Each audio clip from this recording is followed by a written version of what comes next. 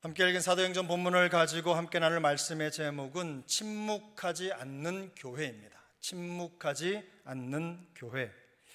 여러분은 우리가 살고 있는 현대 사회의 가장 두드러진 특징이 무엇이라고 생각하십니까? 저는 침묵이 그 중에 하나라고 생각합니다.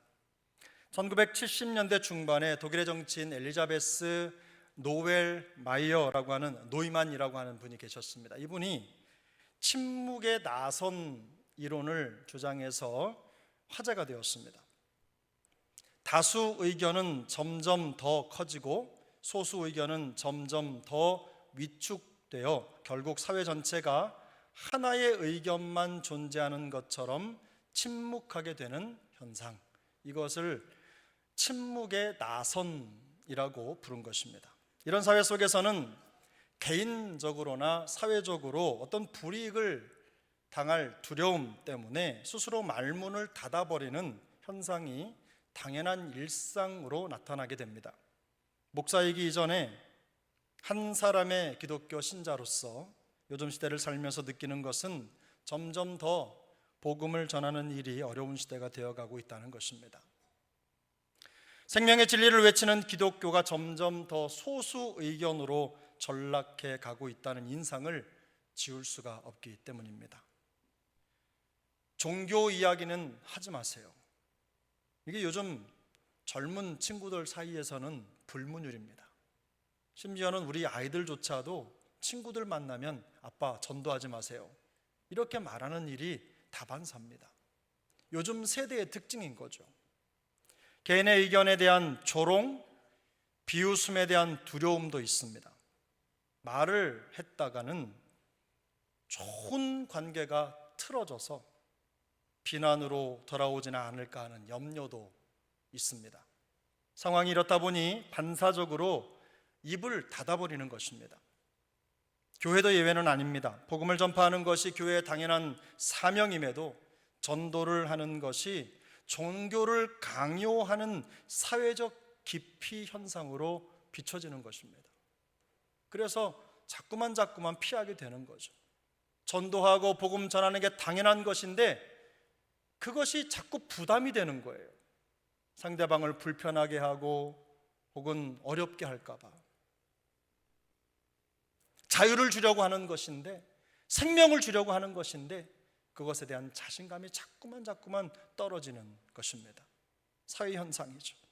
그러나 세상이 복음을 거부한 것은 어제 오늘의 일이 아닙니다. 예수님 시대나 사도 바울의 때나 지금이나 다르지 않습니다. 그때나 지금이나 똑같았어요. 오늘 본문은 사도 바울이 고린도라는 새로운 도시에서 보낸 1년 6개월 동안의 시간을 기록하고 있습니다. 바울은 어디를 가든지 어떤 도시에 들어가든지 항상 같은 모습으로 예수 그리스도의 복음을 전했습니다. 사람들이 복음을 믿도록 그들을 최선을 다해 설득했습니다. 초지일관 늘 같은 모습으로 복음의 길을 가는 사람이었습니다. 다행스럽게도 그곳에 아굴라와 브리스길라 같은 좋은 일꾼이 있었습니다. 가는 곳마다 바울의 사역을 도왔던 좋은 일꾼들이 있었죠. 루디아 같은 사람도 있었고, 오늘 이곳 고린도에는 아굴라와 브리스길라 부부와 같은 사람이 있었습니다. 이들 또한 쫓겨서 여기까지 오게 되었지만 이 만남이 하나님이 준비하신 만남이라는 것을 그들은 금방 알게 된 것입니다.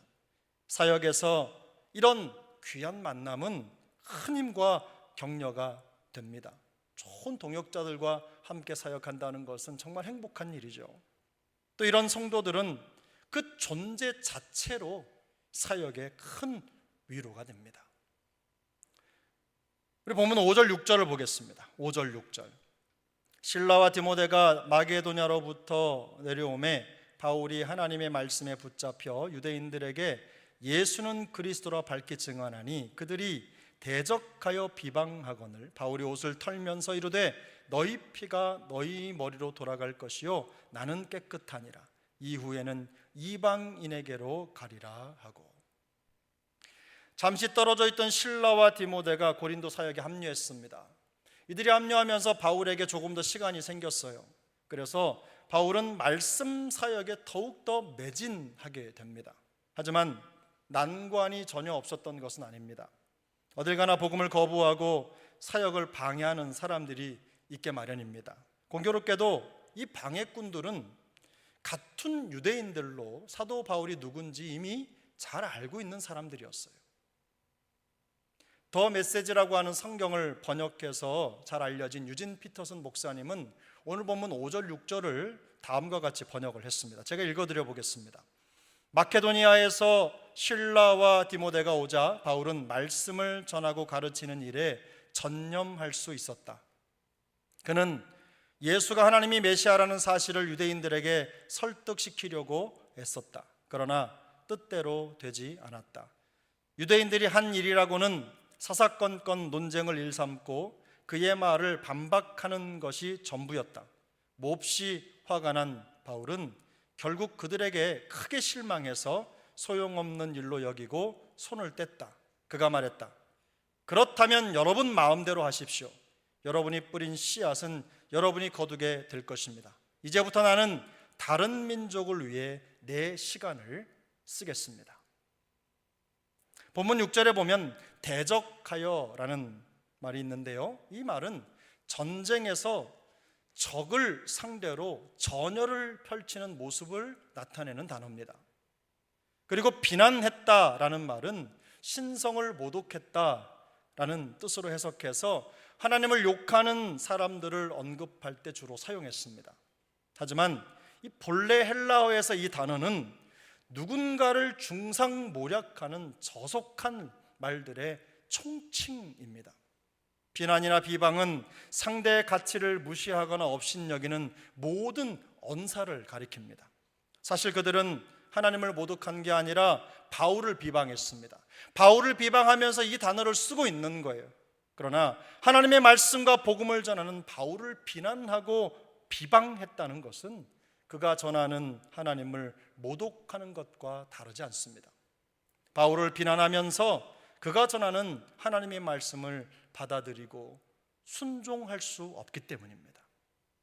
바울의 사역에 대해서 사사건건 논쟁을 일삼고 그의 말을 반박하는 것이 전부였던 그들은 결국 예수 그리스도의 복음을 거부하는 치명적인 선택을 한 것이나 다름이 없습니다. 스스로 자멸하는 자충수를 둔 것입니다.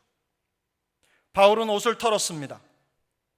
옷을 털었다는 것은 나는 당신을 털어내고 떠난다, 이런 저주에 가까운 무언의 메시지가 담겨 있습니다. 아무리 복음을 전하고 말씀을 가르쳐도 듣지 않으니 바울도 포기한 것입니다.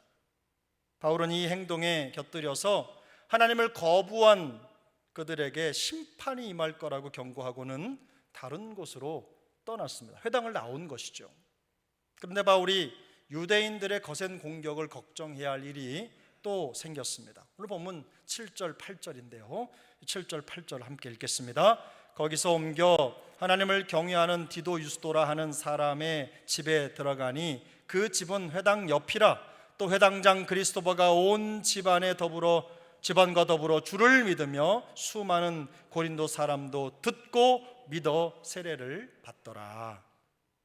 회당에서 나온 바울은 회당 바로 옆에 있는 디도 유스도라고 하는 사람의 집으로 들어갔습니다. 아마 그곳이 조금 넓어서 많은 사람들이 모일 수 있었던 장소였던 것 같습니다.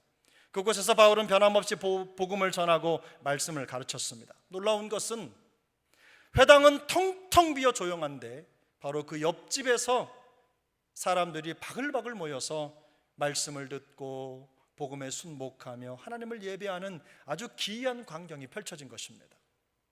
심지어 회당을 관리하는 회당장 그리스도보가 그의 가족들을 모두 데려와서 말씀을 듣고 주를 믿는 놀라운 일이 벌어진 것입니다. 아마도 이런 상황이 유대인들의 불편한 감정을 더 끌어오르게 했을 것입니다. 기름을 부었겠죠. 바울 입장에서는 약이 오른 유대인들이 더 거세게 대적하고 비난할 것을 충분히 예상했을 것입니다. 바울은 분명 지난 사역지에서의 아픔과 상처를 떠올렸을 겁니다. 그 고통스러운 경험이 막 솟아올랐을 거예요. 파도처럼 밀려왔을 것입니다.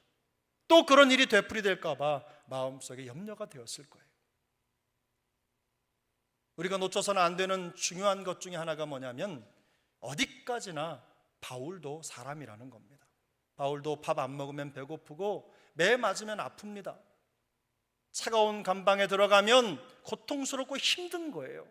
모든 가정 우리와 똑같은 감정과 상황을 가지고 있어요. 많은 면에서 우리와 다른 비범한 사람인 것은 분명합니다. 하지만 자신을 대적하고 중상모략과 거짓 고소로 잔인한 공격을 멈추지 않는 사람들 때문에 힘들기는 우리와 다를 바가 없는 것입니다. 그런 일을 겪으면 누구나 힘든 거예요. 매질을 당하고 감옥에 던져지는 신체적, 정서적 공격에 적지 않은 외상을 받았어요. 마음의 상처를 경험했기 때문입니다. 웬만한 사람은 고난이 예상되는 상황이 되면 염려도 되고 과거의 상처가 떠오르게 마련입니다. 인지상정이죠. 그렇게 되는 겁니다.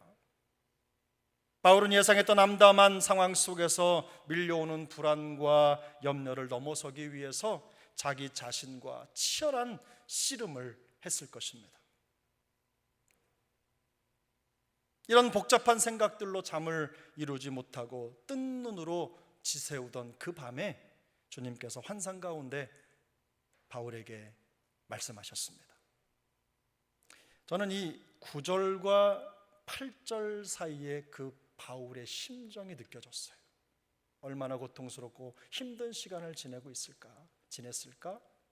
그러던 중에 잠 못 자던 그 밤에 주님이 나타나서 말씀하신 겁니다. 여러분 9절 10절을 함께 읽겠습니다. 밤에 주께서 환상 가운데 바울에게 말씀하시되 두려워하지 말며 침묵하지 말고 말하라. 내가 너와 함께 있음에 어떤 사람도 너를 대적하여 해롭게 할 자가 없을 것이니 이는 이 성중에 내 백성이 많음이라 하시더라. 아멘. 주님께서 복음 사명의 최일선에서 전심전력하는 하나님의 사람을 찾아가셨습니다. 기도할 마음조차도 찾지 못할 만큼 사방으로 우겨쌈을 당하여서 의기소침해 있을 때 주님께서 환상 중에 그를 만나 주신 겁니다. 하나님의 열심이 상처 입은 심령을 찾아가 위로해 주신 것입니다. 여기에는 거세게 대적하고 비난하는 사람들 때문에 모든 것을 포기하고 싶은 낙담과 불안에 쌓여 있던 바울을 다시 일으켜 세운, 다시 일어서게 한 주님의 강력한 명령과 위로가 담겨 있습니다. 환상 중에 주님은 바울에게 두려워하지 말며 침묵하지 말고 말하라 이렇게 말씀하셨어요. 두려워하지 말며 침묵하지 말고 말하라. 두려워하지 말며 침묵하지 말고 말하라. 이 명령에는 바울이 어떤 태도로 자기에게 맡겨진 사명을 감당해야 하는지 그 사역의 원리가 담겨 있는 겁니다. 현재 명령법이라는 헬라어 문법 안에 두 가지 부정명령 그리고 한 가지 실행명령이 담겨 있는 겁니다. 어떤 상황 속에서도 두려워하거나 침묵하지 말고 예수 그리스도의 복음을 전하는 일을 계속하라는 겁니다. 멈추지 말고 계속해라. 말하라라는 말은 속은속은 속삭여라, 정중하게 얘기해라 이런 뜻이 아닙니다. 소리쳐라, 외쳐라, 소리 질러라, 나가서 큰 목소리로 전해라 이런 뜻이에요. 아마도 바울은 이런 핍박이 또 다시 찾아온다면 과거의 빌립보나 데살로니가나 베레아에서 조용히 슬그머니 도망쳐 나왔던 것처럼 고린도를 떠나겠다는 생각을 하고 있었는지도 모릅니다. 그러나 주님은 사람의 협박이나 회박을 두려워해서 침묵하지 말고 계속해서 담대히 복음을 전하라고 말씀하셨습니다. 시대의 도전 앞에서 위축되지 말라는 것입니다. 또한 주님은 바울에게 함께 있겠다는 약속을 주시면서 그를 위로해 주셨어요. 그 품으로 안아주시는 것처럼 그렇게 해주신 겁니다. 우리 10절 말씀을 한 번 더 읽겠습니다. 10절입니다. 내가 너와 함께 있음에 어떤 사람도 너를 대적하여 해롭게 할 자가 없을 것이니 이는 이 성중에 내 백성이 많음이라 하시더라. 아멘. 우리 성경에는 나타나 있지 않지만 헬라어 원문 성경이나 다른 번역을 보면 이 10절의 맨 첫 번째 단어가 왜냐하면입니다. 왜냐하면 뭐뭐하기 때문에, 이런 의미가 담겨 있는 말로 시작을 하고 있어요. 이 본문을 연결해서 해석을 해보면 이렇습니다. 두려워하지 말며 침묵하지 말고 말하라. 왜냐하면 내가 너와 함께 있기 때문이다. 이렇게 말씀하신 겁니다. 두려워하지 말며 침묵하지 말고 말하라. 왜냐하면 내가 너와 함께하기 때문이다. 주님은 바울에게 이렇게 말씀하시면서 힘을 주신 거예요. 불신앙의 어둠이 짙게 깔려있던 시대에도 주님은 이런 방식으로 하나님의 말씀을 전하며 믿음의 길을 걷던 사람들을 위로하시고 힘을 주셨습니다. 하나님을 두려워하는 야곱에게 주님은 찾아가셔서 내가 너와 함께 있어 내가 어디로 가든지 너를 지키며 너를 이끌어 주겠다고 말씀하셨어요. 주저하는 모세 앞에 나타나셔서 주님은 말씀하십니다. 내가 반드시 너와 함께 있으리라. 내가 반드시 너와 함께 있으리라. 이사야 41장 10절은 말씀합니다. 두려워하지 말라. 내가 너와 함께함이라. 놀라지 말라. 나는 내 하나님이 됨이라. 내가 너를 굳세게 하리라. 참으로 너를 도와주리라. 참으로 나의 의로운 오른손으로 너를 붙들리라. 할렐루야. 아브라함, 야곱, 모세, 여호수아, 이사야, 예레미야, 신약 성경에 등장하는 모든 예수님의 제자들과 같은 하나님의 사람들에게 주님은 나타나셔서 내가 너와 함께 있으리라고 약속해 주신 겁니다. 내가 너와 함께 있겠다는 하나님의 약속은 그들이 다시 일어나 믿음의 길을 갈 수 있는 힘의 원천이었어요. 능력의 원천이었어요. 바울은 내가 너와 함께 할 것이라는 이 주님의 말씀이 어떤 의미인지 잘 알고 있었을 것입니다.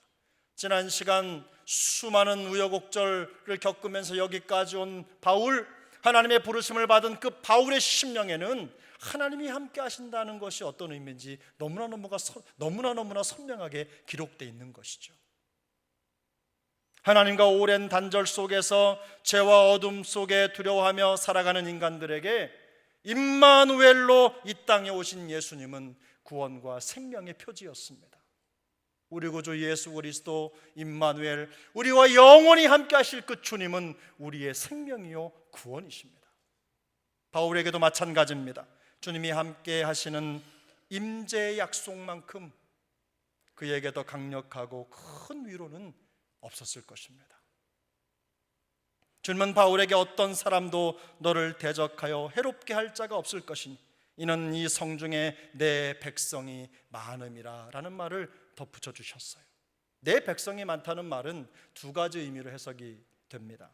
복음을 믿는 자들 중에 바울을 보호해 줄 수 있는 사람이 많다는 뜻이기도 하고, 이 성중의 복음을 받아들이게 될 무수히 많은 사람들이 있다, 그 영혼들이 있다는 뜻이기도 합니다. 대부분 학자들은 두 번째 의미로 이 본문을 해석합니다. 바울을 통해 복음을 영접할 무수히 많은 사람들이 고린도에 있다는 뜻이죠. 왜냐하면 이후에 바울은 고린도에서 1년 6개월을 더 머물면서 사역을 했습니다. 3년 동안 머물렀던 에베소를 제외하면 바울이 방문했던 선교지에서 가장 긴 시간을 보내면서 말씀을 전하고 가르쳤던 곳이에요. 그 결과는 놀라웠습니다. 수많은 사람들이 그리스도께 돌아오는 역사가 나타난 것이죠. 주님의 말씀에 위로를 얻고 이 성중엔 내 백성이 많다는 그 말씀의 확신을 가지고 있었기 때문입니다. 여러분은 혹시 옳은 일을 하다가 완전히 지쳐버려서 모든 것을 포기하고 떠나고 싶게 만드는 거대한 벽을 만나보신 적이 있으십니까? 그 어려움과 상처와 상실 앞에서 그저 잡았던 줄을 놓고 싶은 그런 마음이 들었던 적이 있으십니까? 고린도의 바울처럼 우리도 날로 더 진리를 외면하는 세상, 가면 갈수록 진리와 멀어져 가는 세상, 하나님의 뜻과는 상관없이 흘러가는 사람들이 오히려 더 잘 되는 것 같은 이상한 이 세상을 바라보면서 마음속에 상처를 얻고, 그럼에도 불구하고 믿음의 온도를 유지하기 위해서 고군분투하며 살아내고 있는 분들이 계십니다. 우리도 그들 중에 한 사람입니다. 그토록 은혜의 힘으로 다시 일어서서 믿음의 길을 가려는 모든 하나님의 사람들에게 주님의 은혜가 임하기를 바랍니다.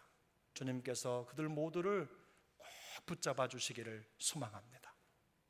오늘 본문에 나타난 바울의 경험에 비추어서 우리가 그리스도인으로서 어떤 마음과 태도로 교회 공동체를 지키고 믿음을 지키며 살아가야 하는지에 대해서 제가 몇 가지 성경적 원리를 말씀드려 보겠습니다.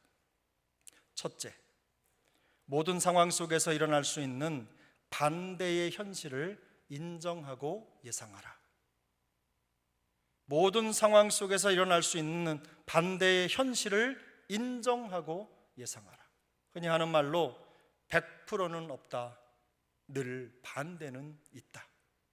이런 현실을 겸허히 받아들이라는 것입니다. 어느 교회에서 직분자를 선출하는 공동의회가 열렸습니다. 전체 성도가 20명도 채 되지 않는 작은 교회였는데, 그 교회에서 장로님 한 분, 권사님 한 분, 또 시무집사님 한 분을 세우는 임직 선거였습니다. 후보가 세 분이시죠? 그런데 세 번 투표를 하셔야 될 거 아닙니까? 물론 한 번 하셨을 수도 있고 한 번에 다 찍는 거. 선거에 참여한 성도가 16분이셨습니다. 그런데 거기에도 반대표가 있었습니다.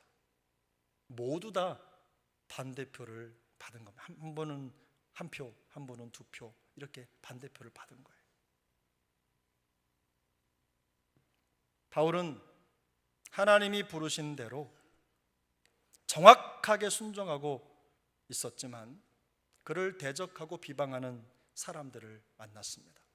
가는 곳마다 순종을 방해하고 복음 사명을 가로막는 사람들이 있어요. 바울 혼자 힘으로는 도저히 극복할 수 없는 그런 상황이 펼쳐진 것입니다.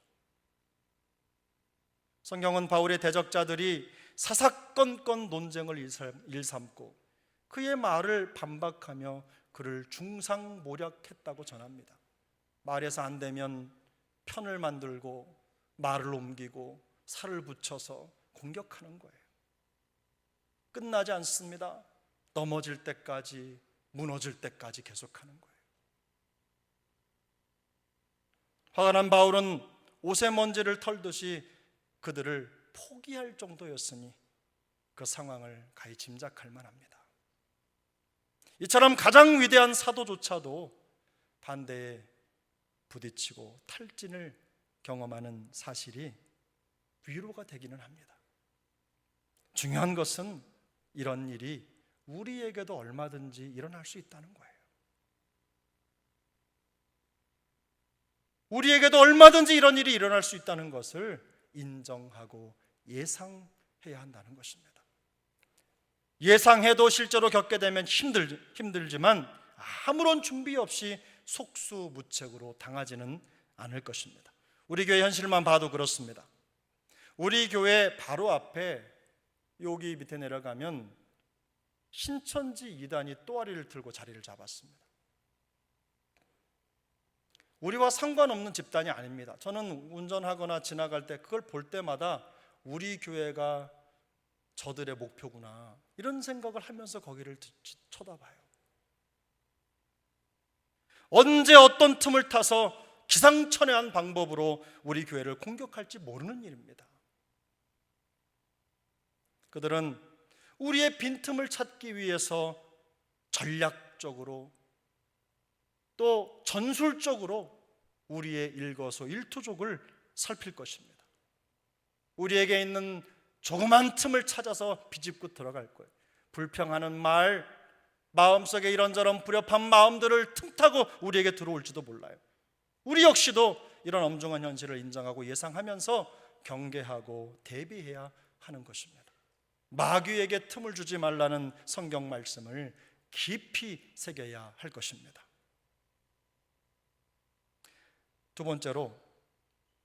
세 번째인가요? 두 번째로 이겁니다. 하나님의 임재 경험에 초점을 맞춰라. 하나님의 임재 경험에 초점을 맞춰라. 바울이 포기하기 직전 예수님은 그에게 새로운 선교 전략을 말씀해 주지 않으셨습니다. 야, 그 방법 말고 이렇게 하면 더 잘 될 거야. 그것 말고 이렇게 해. 이렇게 전도해. 이렇게 복음을 전해. 이런 사람들을 만나. 이런 전략을 말씀하지 않으셨어요. 대신 내가 너와 함께 하겠다. 이 약속을 주셨어요. 내가 너와 함께 하겠다. 내가 너와 함께 있으니 두려워하지 말고 침묵하지 말며 당당하게 전하라는 것입니다. 핵심은 주님이 나와 함께 하신다는 것을 확신하는 것입니다. 로렌스 형제 또 프랭크 루박이라고 하는 이 두 사람이 자신들의 글을 모아서 편집한 하나님의 임재 체험학이라는 책이 있습니다. 이 책에 있는 일기 내용을 조금 발췌해서 드리겠습니다. 프랭크 루박의 글입니다. 1930년 1월 26일 며칠 전부터 이전보다 더욱더 온전히 하나님을 의지하는 연습을 하고 있습니다. 나는 의도적으로 의지적인 행동을 하고 있습니다. 매 시간마다 하나님을 생각하는데 많은 시간을 들이고 있는 것입니다. 어제와 오늘은 새로운 모험을 시도했습니다. 그것을 설명하기는 쉽지 않지만 나는 매 순간 하나님을 느끼고 있습니다. 지금 이 타자기 자판을 두드리는 손가락을 하나님께서 붙드시기를 원하고 내가 걷는 발걸음을 축복하시기를 원하며 말하는 내 입과 음식을 먹는 내 턱을 지도하시기를 의지적으로 기도합니다. 언제나 주는 날 사랑하사 언제나 새 생명 주시나니 영광의 기약이 이르도록 언제나 주만 바라봅니다. 교회에서 늘 이런 찬양을 부르지만 그 내용대로 실천해 본 적은 한 번도 없었습니다. 그러나 바로 이것이 지금 내가 마음을 다하여 찾기를 원하는 그것입니다. 마치 바이올린이 명연주자의 손에서 화답하듯이 예수 그리스도께 화답하기 위해 마음을 다해 찾고 있는 것입니다.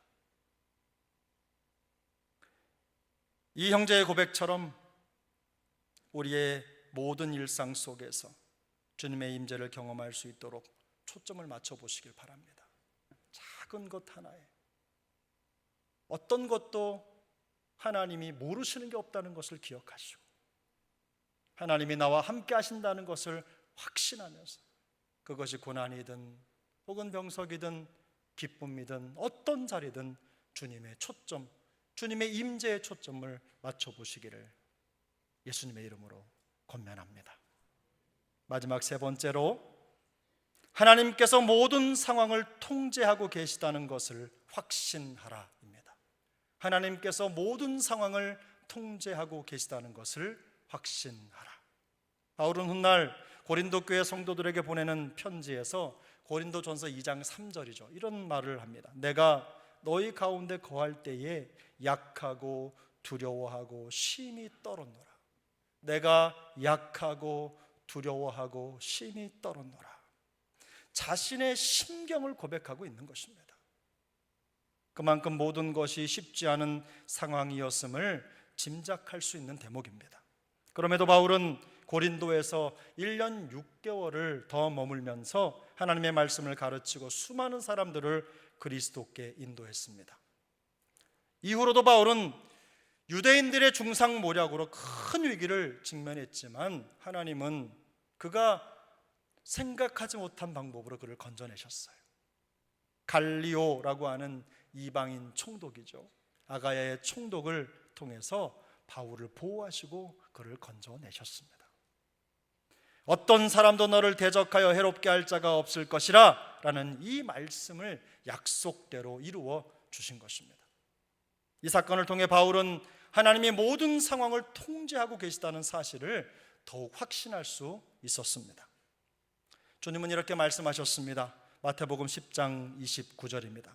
참새 2마리가 한 아사리온에 팔리지 않느냐?